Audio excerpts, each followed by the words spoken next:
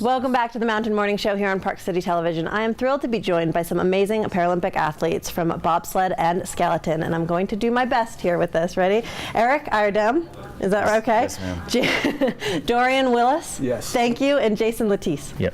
And I promise I'll never say that again. I want to say it so bad right Don't now. do it. Good morning, guys. How are you? Doing great. So I want to start with just right out of the gate, the point of you guys doing all of this promotion. You've got a very specific goal in mind. Absolutely. And tell us what that is. Our goal is to get approved for the 2022 Paralympics in Beijing at some point. So we really need to get exposure, get athletes involved, and get more countries involved all over the world so that we have a fighting chance at doing it.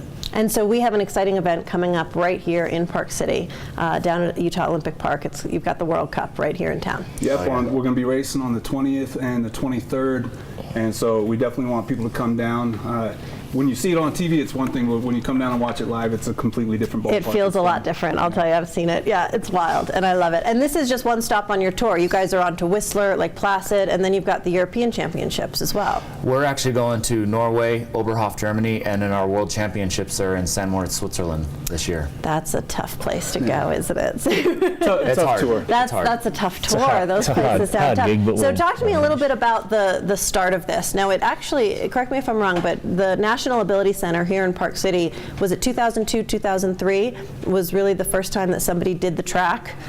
Correct, yeah. And that was the bobsled was the first ones to do it. So they started with bobsled, and a couple of the bobsled guys that are still, competing today in our group, they really paved the way for us. And so they've been doing it for, a decade now. And so it's just been the last 5 years that I think they finally let skeleton guys, paraskeleton on the track, and it's just been the last 3 that they're finally recognizing us as legit athletes, and this will be the 3rd season for the World Cup for para Which just seems crazy that to be the justification necessary, because if you see you guys come down the track, I mean, it is wild. And I see you have the helmet, so what, are you the driver? What is? Well, this is my skeleton helmet. My buddies back home in Vegas at 512 Wraps got it all set up for me, because I've never had a wrapped helmet before, so yeah, this is our traditional skeleton helmet. That's intimidating just to look at, right? Yeah, I wouldn't want to compete against you.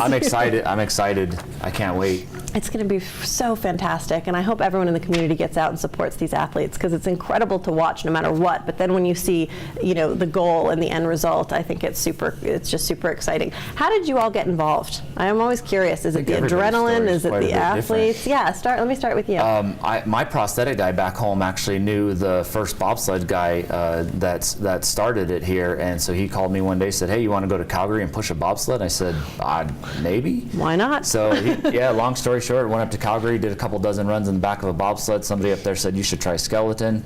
Did it, went back up. They said, "How'd you like it?" I said, "That was way better than bobsled." And I never went back. Never went back. We won't say that to the bobsled athletes, but way better than bobsled. Okay. And is there ever a level of fear or any with skeleton? I mean, this is so fast and it's so intense. It's adrenaline. Is that you gotta like adrenaline. You gotta like adrenaline. You gotta be able to handle the rush. You gotta be able to handle the G's. But if you like adrenaline, you love this sport. You love. And Jason actually brings a couple different pair of pants with him every track. Oh, I need it, because you watch me when we're getting ready. You swear I was dropping Besser Briggs, because mate, I am just a bundle of nerves. But then I get to the top. As soon as I put the helmet on, it's just pure calm.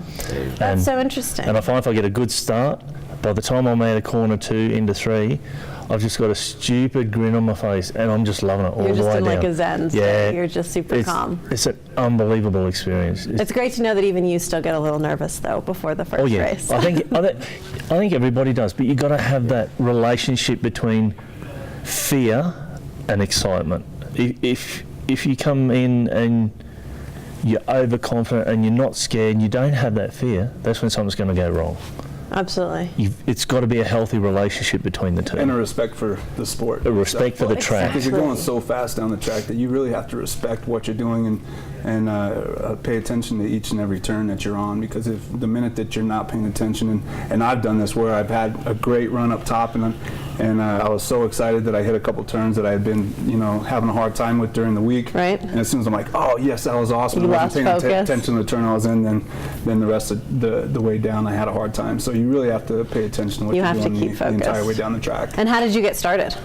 So I was kind of the same as Eric. I got a call. I was doing 3 or 4 different other sports. I do bodybuilding and powerlifting, and caught the attention of a couple of the coaches, and they asked me to come up and try bobsled. And so I went up to try bobsled, and I was a push brake man for about 10 days. And it was the same thing. A couple of coaches up there kept trying to get me to try skeleton. And when you're in the back of a bobsled, it's not the same as when you're driving. Like the drivers, they get to actually watch the track as they're going down. The push brakeman, as soon as we push and jump in, you just ball up and you're just getting dinged around in the back of that thing. So yeah. And so after 10 days of getting dinged around in the back of a bobsled, I said, why not? I'll try skeleton. And the minute I went down once on a skeleton, and it's just you in the sled, and it's up to you to have a good run. I fell in love with it. So you guys are a bunch of adrenaline junkies. that I think there's a bit more of a control freak issue there too. Fair enough that it's just you. You're not relying on that guy. That's right. You're not relying on that guy in the front. That's fair it's enough. all there. I understand that. So I think the National Ability Center is such a huge supporter of Park City Television, and we are in kind such a supporter of them in the community. We have so many different Paralympic athletes come on the show, and I always just think it's so amazing and inspiring to see really athletes at the top of their game, and what you guys do is so incredible, and you don't let anything really get in your way and hold you back. We have a lot of kids and families out there in Park City that are in the same position, and they look at you and think, that's what I want to do, but they just see all these obstacles in front of them. What would you say to somebody watching that maybe looks up to you and thinks, okay, that's where I want to end up, but I'm just not sure how to get there? There's a lot of help that can be available. They just need to reach out to somebody. Facebook and Twitter, social media is a huge tool these days. It's the good side of social media. Yeah, it really is the good side, because you can make so many connections. You can reach out to so many people across cities, across states, across the world even. And if they're having trouble, they're down, or they're going through depression, or not sure really what to do or where to turn, and just need a hand up, all they got to do is reach out. I mean, all of us are available through social media, and every one of us loves speaking to kids especially, and really instill that confidence that they have ability to do anything they want. They just got to put their mind to it, and we're there to help them. Well, and a lot of times, kids and even adults that are just going through an amputation, they see that as the end of the road, and they don't know what they can do until they actually start looking around. Because I was the same thing. Like, I wanted to run, I wanted to do all these things, but I didn't know how. I didn't know where to turn to. So it's really just about finding the right people to show you how to do it, and adapting. It's all about adapting. And so whether you're missing an arm, whether you're missing a leg, there's nothing that you can't do. It's just adapting so you can do it. That's fantastic. All right, Eric, Dorian, Jason, thank you guys for Thanks being for here. having We're us. not Thank you so much done. for having us. We are going to talk about the event more coming up. We have the National Ability Center, and we have another Paralympic athlete, this time from the bobsled, a different kind of adrenaline junkie. We're going to take a quick break, and we'll be back right here on the Mountain Morning Show.